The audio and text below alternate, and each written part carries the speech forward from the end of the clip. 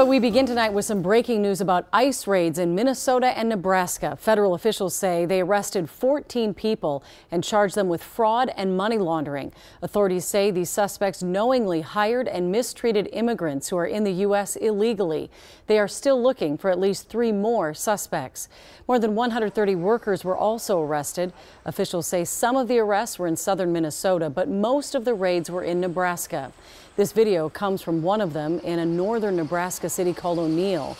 Officials searched 2 locations of pork producer Christensen Farms in Sleepy Eye and Appleton. Homeland Security is calling this investigation one of the largest in its 15-year history. We are digging deeper into the story, and we'll have much more ahead on KARE 11 News at 6.